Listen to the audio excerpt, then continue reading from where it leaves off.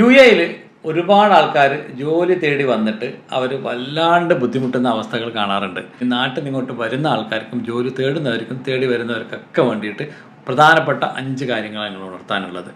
Number 1, നമ്മുടെ പ്രോപ്പറായിട്ട് interview ചെയ്യാതെയോ ഇനി ആളുമായിട്ട് നമ്മളൊരു സംസാരിക്കാതെയോ അറ്റ്ലീസ്റ്റ് ഒരു ഓൺലൈനിലെങ്കിലും ഇൻ്റർവ്യൂ ചെയ്യാതെയോ നമ്മുടെ കാര്യങ്ങളും ക്വാളിഫിക്കേഷനും CV-യും കാര്യങ്ങളൊന്നും നോക്കാതെ ഡയറക്റ്റായിട്ട് നമുക്കൊരു ആൾ ജോബ് ഓഫർ തരികയാണെങ്കിൽ അത് ഫേക്കാണ്.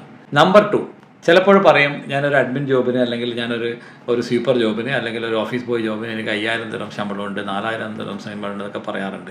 എക്സാഗ്രേറ്റഡ് ആയിട്ടുള്ള ഒരു സാലറി ഓഫർ ചെയ്യുന്നുണ്ടെങ്കിൽ അത് മനസ്സിലാക്കിക്കൊള്ളുക. അവരടുത്ത സ്റ്റെപ്പ് ചോദിക്കുക നിങ്ങളോട് കാശാണ്.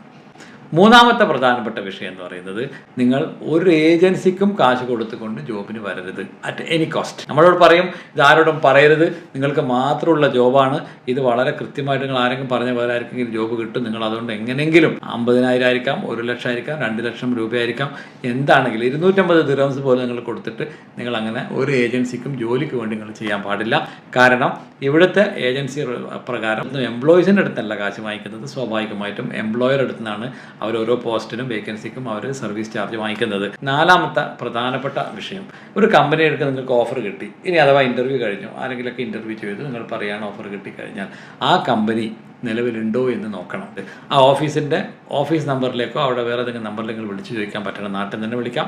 അങ്ങനെ വിളിച്ച് നോക്കി ഫോൺ ഇല്ലെങ്കിലോ ഫോൺ എടുക്കുന്നില്ലെങ്കിലോ അതല്ലെങ്കിൽ അങ്ങനെ ഒരു കമ്പനി ഇല്ലെങ്കിൽ മനസ്സിലാക്കുക. പിന്നെ ഒന്ന് ഇവിടെ ഉള്ള ആരെങ്കിലുമായിട്ട് നിങ്ങൾ ബന്ധപ്പെട്ടിട്ട് അവർക്ക് കൃത്യമായിട്ട് അവരോട് പറഞ്ഞു കൊടുക്കുക, ഇങ്ങനെ ഒരു കമ്പനിയിൽ ഓഫർ വന്നിട്ടുണ്ട്, ഇതെങ്ങനെയാണ് ലെജിറ്റിമേറ്റ് ആണോ എന്ന് നോക്കണം എന്ന് പറഞ്ഞാൽ അവർ വന്ന് ഇവിടെ ചെക്ക് ചെയ്ത് ഫിസിക്കലി ഉള്ളവരാണെങ്കിൽ അത് ഓപ്പണായിട്ട് കാണാൻ പറ്റും. നമുക്ക് ഇവിടെ എല്ലാ ഓഫീസുകളും നമുക്ക് കാണാൻ പറ്റും.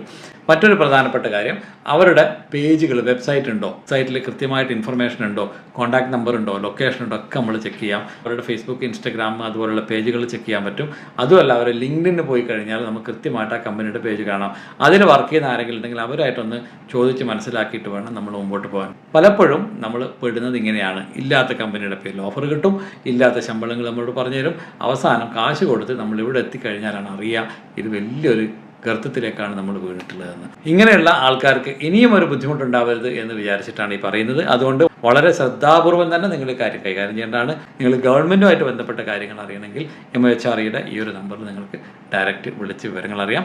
അല്ലെങ്കിൽ ഈ വെബ്സൈറ്റിൽ പോയി കഴിഞ്ഞാൽ പല ഇവിടുത്തെ ജോബ് നിയമങ്ങളൊക്കെ അറിയാൻ പറ്റുന്നതാണ്. എന്തായാലും എല്ലാവർക്കും നല്ല ജോബ് കിട്ടട്ടെ. മുനീർ അൽ വഫ വിത്ത് ലവ്.